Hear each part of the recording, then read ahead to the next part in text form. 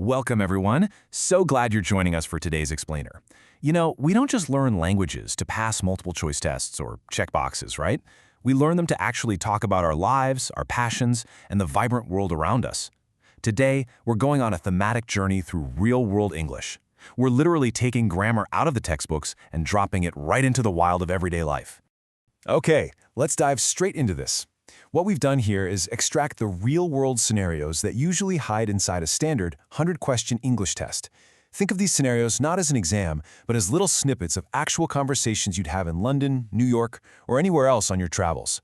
We're going to see how grammar rules are actually the foundational blueprints for our daily interactions. Here is our roadmap for today. First up, culture, art, and cinema. Second, sports and general geography. Then, the calendar and time. After that, we'll hit the workplace. And finally, asking the right questions. All right, Section 1. Culture, art, and cinema. Talking about what we absolutely love. Imagine you're hanging out at a coffee shop, and someone asks you about the actress Kate Winslet. Someone else asks about rap music. Another friend asks about Elton John. How would you fill in the blank in the response, yes, I like, or no, I don't like? Take a second and think about it. What words do we use so we aren't awkwardly repeating their entire names over and over? So, the crucial point here is the use of object pronouns. For Kate Winslet, we'd say, yes, I like her. For rap music, which is a thing, we say, no, I don't like it. And for Elton John, we use him. They magically replace the people or things receiving the action of your verb, making the whole conversation flow so much more naturally. I mean, nobody wants to sound like a robot, right? And when we're chatting about hobbies, the secret is matching specific action verbs with our everyday entertainment vocabulary. For example, in English, you don't open the TV, you turn on the TV. You don't make photos, you take photos. And of course, you sing a song. Mastering these tiny, frequent combinations is exactly what makes your English sound incredibly authentic and effortless when you're talking about your weekend. Section 2. Sports and General Geography. Navigating the World. I want to challenge you with a couple of geographical fill-in-the-blanks straight from the tests. If the answer is, he's from Scotland, what was the question? What if the answer is, they're from Bath? Remember, we are trying to find out about a location here. Got a guess? Yep, we use where. So, where is he from and where are they from? Keeping this little challenge and reward loop active is huge for making these concepts stick. Now, when talking about sports, picking the right verb completely changes the game. Let's look at the difference between play and ride. We use play for sports that generally involve a ball or a competitive team, like baseball or cricket. Notice the past tense example. John played cricket last weekend, with that subtle ed tagged on the end. But for a bike, the dynamics shifts. We use ride, as in, I like to ride a bike. It's all about the idea of steering or mounting it. And this brilliantly illustrates a fantastic memorization technique we found in the source material, categorizing random vocabulary by color. Instead of trying to memorize endless boring lists, look at how cool this is. The color white connects snow, milk, and paper. Brown links chocolate, tea, and beer. Green groups plants, salad, and apples. Yellow grabs the sun, bananas, and cheese. And red captures roses, tomatoes, and those iconic London buses. Doing it this way makes retaining the words visually stimulating and practically impossible to forget. Moving right along to Section 3, the calendar and time. Structuring our days. Let's do another quick, interactive mini-quiz. I want to test your intuition on prepositions of time, because honestly, they always trip people up. Try to fill these in mentally. When talking about the summer, do we use in, at, or on the summer? What about for exactly 7 o'clock? And for Thursday? Lock in your answers. Let's see how this builds perfectly along a timeline.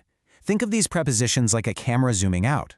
We start at the microscale, very specific hours, where we use at, like at 7 o'clock.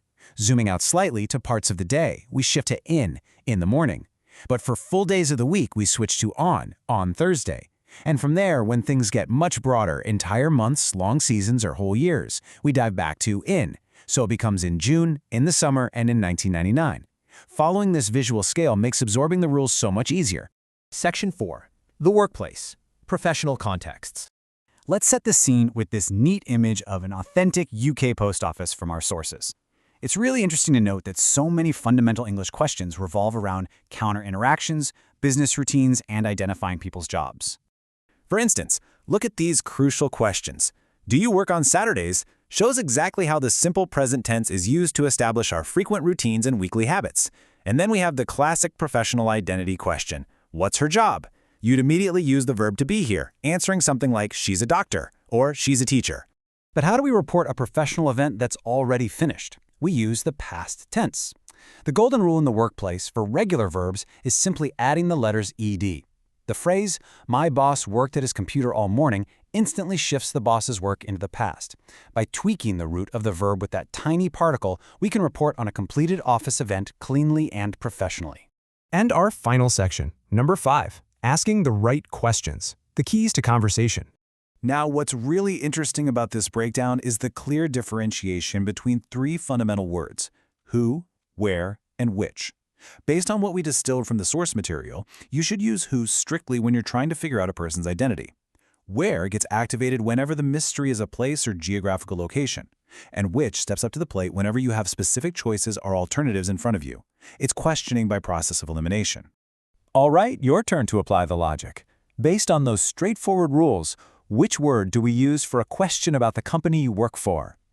It's who do you work for, because the target is an entity made up of people, or a boss. And what if we're standing on the street and need to choose between the pasta place and the diner? Exactly. You narrow down the options with, which restaurant do you want to go to? To round things out, the source material also gives us these slightly more advanced question words. We have whose, which is absolutely perfect for finding out possession. Who owns this phone simply becomes whose phone is this. Then there's the classic how much for price and uncountable quantity, like how much is that one? But pay special attention to how come. This one is an informal secret weapon, a relaxed, incredibly native-sounding way to just ask why during a casual chat with friends. I specifically highlighted this fantastic quote from the grammar test because it illustrates a brilliantly native-sounding alternative. The standard structure, "Why did they go there?" can be perfectly and elegantly swapped out by starting the sentence with what and ending it with for, resulting in, "What did they go there for?" It means the exact same thing as why, but it instantly plugs you right into the natural spoken rhythm of the language. We have covered a ton of ground together today. We learned the crucial rules for talking about the hobbies and movies we love, we mapped out vital verbs for sports in the office, and we organized our time on the calendar. That's the beauty of structuring information. It's right there when you need it most. But remember, the ultimate master key to unlocking any country or any new culture is your own genuine curiosity expressed through active conversation. So, using everything we looked at today, what question will you ask next? Keep that focused learning energy up, and we'll see you in the next one.